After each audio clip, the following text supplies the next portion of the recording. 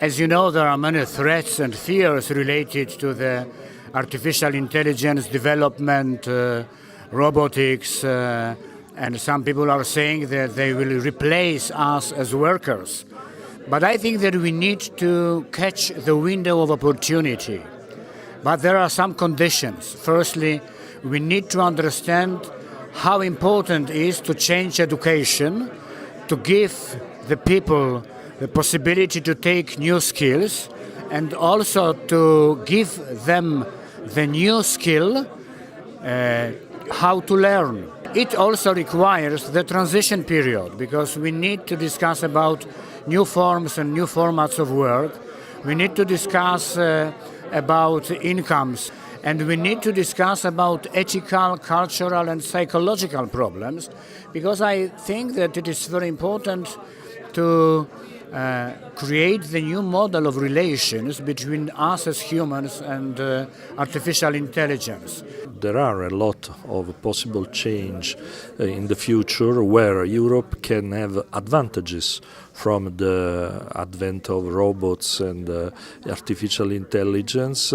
The problem is how to manage this future, because we will have a loss of jobs for sure, but we need to give new jobs to these people and to create new jobs opportunity, also attracting or keeping our talents here. One of the main policies for accompanying this impact is actually in terms of education and training, and making sure that our working population has the skills that artificial intelligence requires, or that a world of artificial intelligence requires, but also make sure that the technology is developed with simple interfaces and the use is made easy also for the small medium enterprises and the European workforce that has to harness all the benefits of the technology. I'm an optimist. I think there will be net job creation.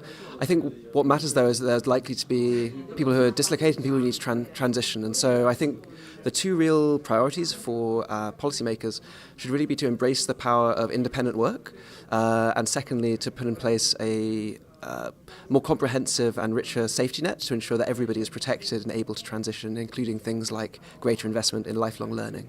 To me, the real revolution will be social and economic. It's going to be in how we adapt our institutions to cope with a world that's not only about to change, but has changed tremendously already. A recent study from the McKinsey Global Institute told us that 30% of the population is already working independently.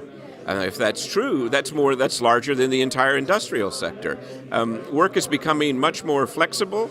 The kind of careers are changing. People are moving around. A lot of things are happening right now. And if you ask me about the future of work, this is where I think it's going to be very, very different. And our institutions have been slow to adapt, and we need to get on it and do something about it.